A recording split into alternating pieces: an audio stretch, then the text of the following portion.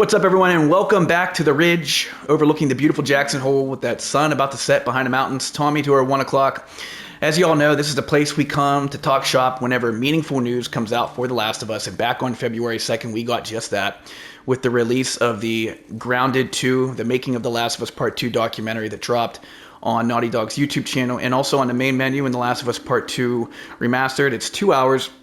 It's a really awesome behind-the-scenes look of the production of The Last of Us Part 2, the highs, the lows. I mean, they really let you in the room, fly on the wall type of stuff. And we got a big bomb at the end, where Neil is talking about how he had the concept for The Last of Us Part 1, which is the love and affection between a parent and their child. And the concept of 2, which is the emotion that someone can generate when someone really, really important is taken out of someone's life, right? Hate. That's always the big thing they always talked about. The Last of Us Part 1 is about love. The Last of Us Part 2 is about hate. And he says at the end of this documentary that for years now, as Part 2 came out back in June of 2020, he's not found the concept for a Part 3 until recently. Little grin there on his face, and he says that he believes that he has found that concept that would string together a Part 1, a Part 2, and a Part 3. And there's no story yet, but there is the concept.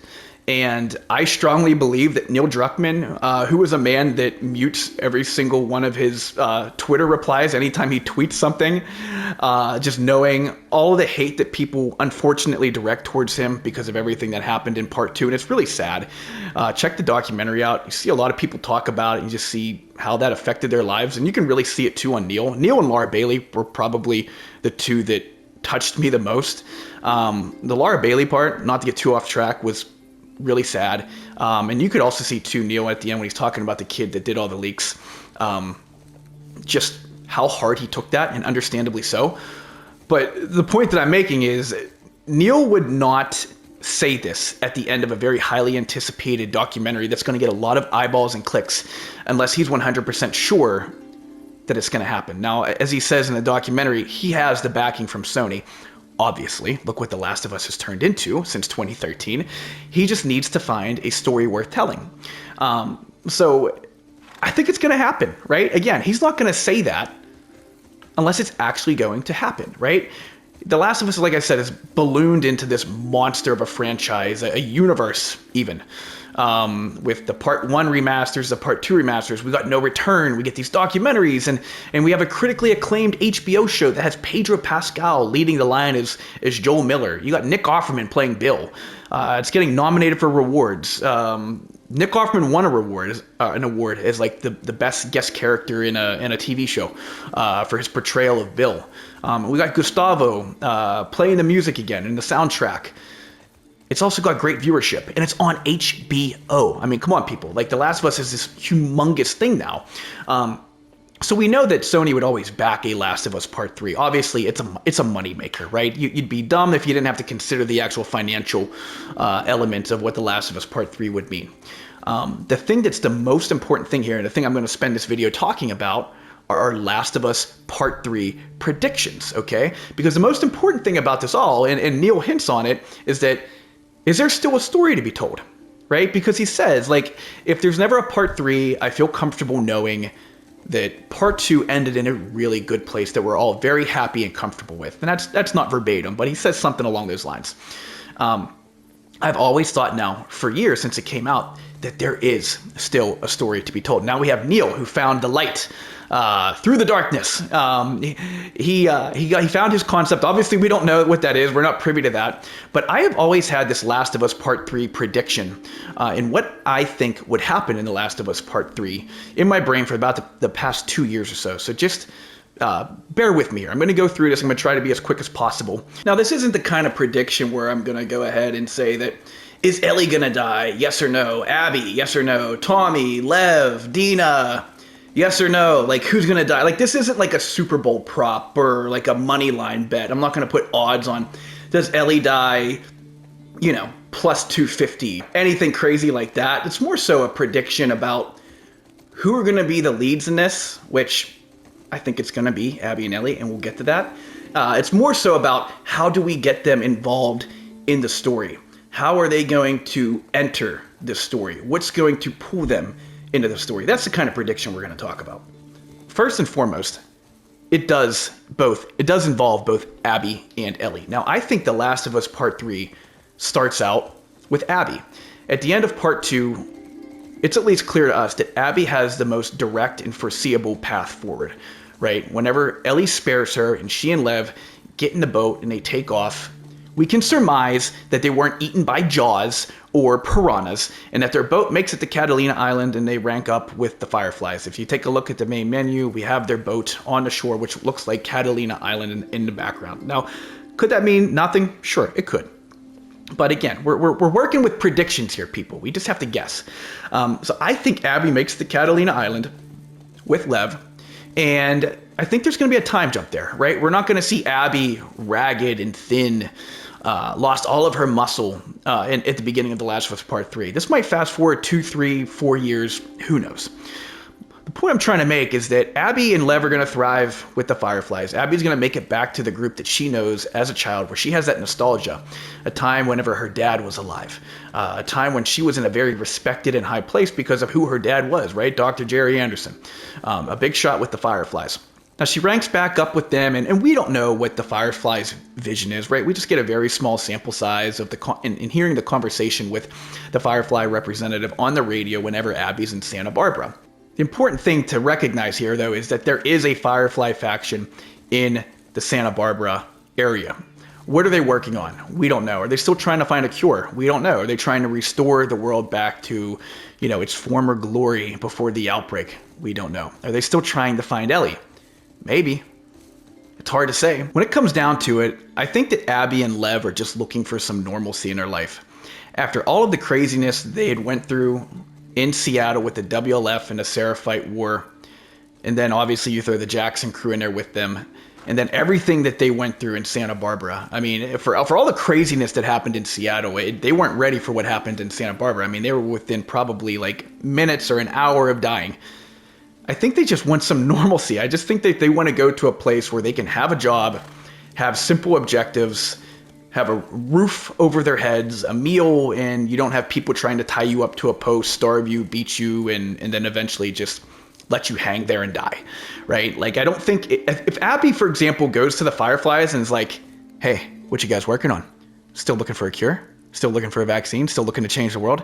They're like, actually, you know what now? We're kind of just like big into trade. Just trying to make some coin, trying to keep this place running every day. Like, I don't think Abby's going to walk out after that. So I think when they get there, they're just looking for some sort of normalcy, right? Something that Abby's at least familiar with, and Lev is, Lev's going to follow Abby here, and I don't think Abby would leave Lev astray. It's, hey, look, I was with this group before my dad worked for them, right? They had a goal, they had a purpose, they were really trying to change the world. They might not require that anymore. Again, like it's kind of like they just go there and it's like, hey, you guys want to like stock the shelves? Like, this isn't like the most glorious job in the world, but you know what? Like, no one's trying to like kill you here at least, and you got sick views. I think that they would take that. So whenever we do swoop in on Abby and Lev, and again, I think that they're going to start the game out. I really think that we're going to see them in a pretty normal place, right? Might be catching some waves out on the beach, getting some sun rays, getting a little tan. Abby might be hitting a gym again, trying to get her personal best back up, trying to get that weight back up, get back on the deadlift rack. Who knows, might be trying to teach Lev how to like bench press properly. Something simple like that, right? And again, this could be 4 or 5 years down the road. And we're looking at two completely different characters at that point. We're not going to see them right away. Now, obviously, the whole game's not going to be like that, or otherwise it would be pretty goddamn boring, right? So here's where like the big kicker comes in. And this is my prediction. It's going to like be the thing that comes in, just shakes everything up. I believe that someone from Abby's former WLF life is going to come sailing through the doors there at Catalina Island, and they're going to recognize Abby. Now, I'm not saying someone that Abby, sat down and broke bread with a bunch of times, or someone that she went out like ranging with a couple times or fought alongside, but Abby was a pretty important character with the WLF. I mean, we see her and Manny when they get back to the fob on her day one. Like, they go straight up the elevator with Isaac, all right? They're kind of like bigwigs, right? That Salt Lake crew. So this person that comes in may recognize Abby instantly, where Abby might not recognize them at all. This might just be like your very typical foot soldier that just recognizes a big shot whenever he sees a big shot. And what that person's going to do, I think, is going to remember what Abby did when she and her crew went to Jackson. Why did they go to Jackson? What was the goal? What was the outcome? What happened after that? I think that they're going to know about Joel, and I think that they're going to have some sort of an insight on Ellie. Because here's the thing, I don't think that Abby is going to make it to Catalina Island and talk to whoever the Firefly big shot is there and say, as soon as she gets there, right, beaten within an inch of her life, probably hasn't had a shower in months, God knows how many broken bones, lacerations, bruises, or whatever on her. She's instantly going to go there and say, hey, you know what, I need to talk to the boss. I know where Ellie Williams is at. I know where she's at. If we hurry up, we might catch up to her. Last time I saw her, she was like sitting in the shallow side of the pool with a couple finger knuckles missing. She's not going to do that. Whenever they parted ways from each other there, I really think that there was this unspoken mutual agreement and even a respect that we are leaving this conflict right here in the water and we're never going to see each other again. So no, Abby's not going to go running to the Firefly boss and say, yep, I know where the cure for mankind is. Come on, hurry up. Get the biggest boat you got, I'll take you right to her. It's not going to happen like that. I think Abby is perfectly content in leaving Ellie alone for the rest of their lives. Until this person comes along, and this unknown, mysterious, enigmatic person that is unbeknownst to us at this time is going to come along and recognize Abby. And they might not even maliciously or nefariously try to hey, you know what would be really cool and give me some new points here and maybe raise me up a couple ranks, maybe get me a nicer meal, is if I spill the beans on this big secret I have on Abby to the Firefly boss. Hey, that girl right there, you know what? That girl knows where Ellie Williams is. That girl's still alive. That girl that you were looking for before to extract a vaccine from still draws breath. And that girl knows where she's at. It might not be like that, right? It might just be through casual conversation, right? People might just be touching elbows, breaking bread, and say, oh, that girl right there, I remember seeing her before. Her and her buddies went out to Jackson Hole, Wyoming. About 8 or 9 of them, something like that. Yeah, they went out there to kill a guy that actually murdered Abby's dad. Something about a hospital in Salt Lake City and extracting a cure or a vaccine from a little girl. I don't know. Sounded like a crazy, fucked up story. It was something like that. Well, she went out there and killed a guy. Yeah, she came back, actually. I don't think she killed a girl, though. She didn't bring her back with her either. I think she said something about sparing them, or at least that's the rumor that I heard. I don't know. Something like that's going to happen. It's going to get word? The big dog's going to find out about it. And now this is going to get Abby called into the principal's office. Hey, Abby, I heard this funny story here from this new guy that just came in not that long ago. Said you might know something about Ellie Williams? Girl that was on your father's table? That they're about to extract a vaccine for? And then the dude that was her guardian that came across the country went absolutely hog wild and just butchered 90% of the troops that we had in the office and effectively dismantled the Salt Lake crew of the Fireflies. Now Abby's going to be put in a really awkward and weird situation. She doesn't want to bring Ellie back into the story, but now all of a sudden someone knows her secret. Someone's putting pressure on her. I don't know, that person's talking crazy. I don't know what they're talking about. But Abby gives a look. Maybe she's startled, shocked. Wasn't expecting anyone to say something like that to me. She shows a sign. And this boss man here that's talking to her, maybe they're good at reading body language. And they push Abby. Maybe they even try to physically or mentally or psychologically get it out of Abby. I don't know. Does Abby stay? Does Abby run? What does Abby do? And that, right there, is what's going to bring the one and only Ellie Williams back into the story. All right, now that leaves us with our girl Ellie Williams and how she factors into The Last of Us Part 3, because at the end of Part 2, unlike Abby, we have absolutely no idea where Ellie is headed off to whenever she leaves our television screen. We know she gets back to the farmhouse and sees that Dina has that place cleared out as if a team of beavers and termites had a blood pact to burn that place down to the ground by the time that sun set behind the mountain. Ellie at this point is at the lowest of lows. She's gone through this game and she's lost her father figure in Joel. She sees another one of her friends, Jesse, get killed right in front of her face. She has a relationship with Tommy completely frayed, as we can see, towards the end of Part 2 whenever he visits the farmhouse. And then, to top it all off, she goes down to face Abby once and for all, and she just can't do it. She can't do it, or she won't do it. I don't know. Take your pick. Either or, she's decided to leave this fight with Abby in the water and move on from it. And this time, she leaves that fight with 2 less fingers, and as we see, when she gets back to the house, and Dina has also left her, she can't even play the guitar anymore. The house is empty, Dina's gone, JJ's gone, the place is cleaned out, and it's just completely empty and vacant, except for Ellie's room, where she has all of her comics and her pictures and memorabilia, and really just memories of all the people that I just named that were her rock in her life and were the strongest supporters in her life, and those are just all completely either gone at this point or fractured.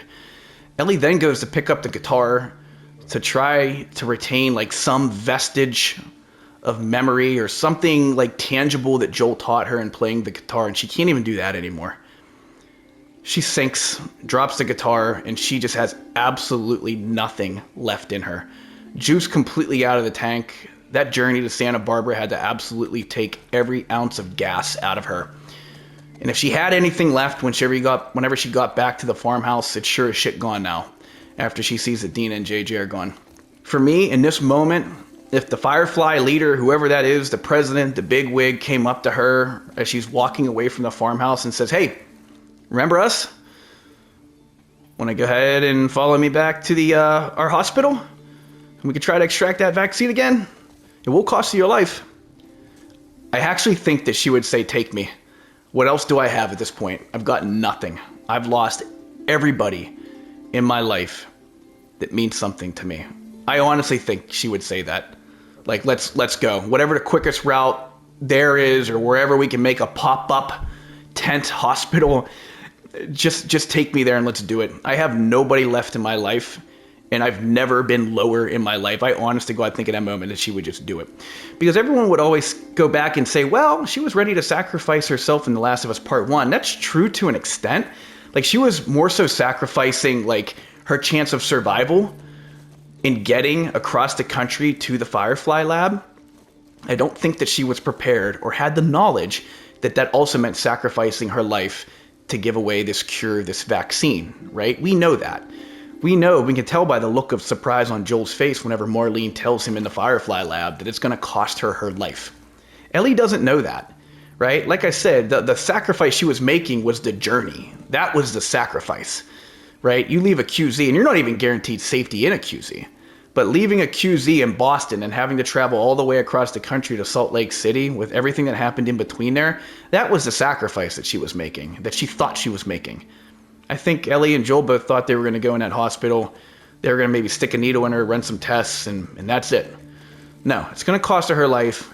And they didn't have Ellie's consent to do that. Let's not forget that.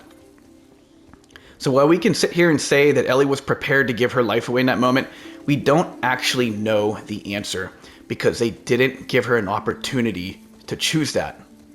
They didn't wake her up. They kept her under. They dosed her up on drugs after they pulled her out from the water, and they were just going to go ahead and kill her. And we have no idea if that vaccine would have even worked. But at the end of part 2, like I just said, Ellie is so down. What's the point? Like, I could see her saying that in like her inner monologue or voicing it to herself.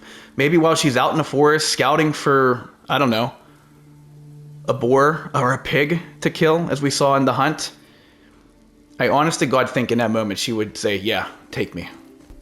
Now, for the sake of The Last of Us Part 3, that would be really fucking boring if Ellie did that. Like, let's switch over to Ellie now, and the Fireflies make their way over to some part of Wyoming or Montana or Idaho or wherever the hell Ellie makes camp after The Last of Us Part 2 and say, Ellie, you must come with us. We have a job to finish. Okay, sure, take me away. And that's just it. The Last of Us Part 3. Roll the credits. We're done here. That would obviously be very boring. So as I had just explained in my long-winded little dialogue there about how down Ellie is, we know, as I had just said, that it would be very boring if she just sacrificed herself as soon as they cut over her in The Last of Us Part 3. So here's what has to happen. Ellie has to find a reason to want to live again. And I'm not saying that at the end of The Last of Us Part 2, she doesn't want to live anymore. I just think that if the Fireflies gave her an option to use her gift once again in this immunity, I just think that she would make a sacrifice at that point. Now, in The Last of Us Part 3, again, Ellie needs to find something. I don't know if that means rekindling a relationship with Dina. I just think that seems a little like lowbrow, low shelf grab there for just like a cheap bottle of whiskey, like Bankers Club or 10 High or some shit like that. Like, I just don't think that that is the answer. That seems like low-hanging fruit. I think it has to be something else. So I don't know who she's going to find out there or what she's going to find, but she has to find an inspiration to want to continue living. Because when the Fireflies come, and they will come at some point, right? No mistake about that. Abby going to the Fireflies is not a coincidence. The Fireflies have unfinished business with Ellie. Abby, as far as she's concerned, her business with Ellie is done, and I think Ellie feels the same way towards Abby. But the Fireflies do not view that way. The Fireflies, at some point, they will come knocking, looking for Ellie. And Ellie, in that moment, for the sake of telling a good story, she has to find something worth living for again. Is that a human being? Is it, I don't know, like a hobby? I doubt it's a hobby, right? It's got to be something meaningful. It has to be a human being. That's what this whole story, part 1 and part 2, is about, is our relationships with human beings that mean an awful lot to us. So Ellie has to find somebody. Again, I don't think it's Dina. That seems too easy. It's got to be someone else. Does she go somewhere else? Does she find another community? Does she come across someone in the woods? Someone in peril, a young person maybe? And again, I've heard this before. Does she take on a Joel-like role? Something that we see Abby take on for Lev. Does something like that happen? Is that too recycled at this point to where it just would be corny? Maybe. I don't know. I mean, I would put trust in Naughty Dog and Neil Druckmann, though, to find a creative and a unique way to demonstrate that. But for me, that's what has to happen. Ellie has to find a reason to want to continue to live. Because when the Fireflies come knocking, we don't want her to just say, sure, take me away. We want it to be a struggle, right? We want it to be a conflict, for it to really matter. Ellie has to say to herself when she wakes up every morning, God damn, like, I was in a rough place before, and I'm still always going to have these shitty memories. I'm always going to have like these emotional, psychological scars. But I at least have something else that makes me feel good when I wake up and before I go to bed tonight.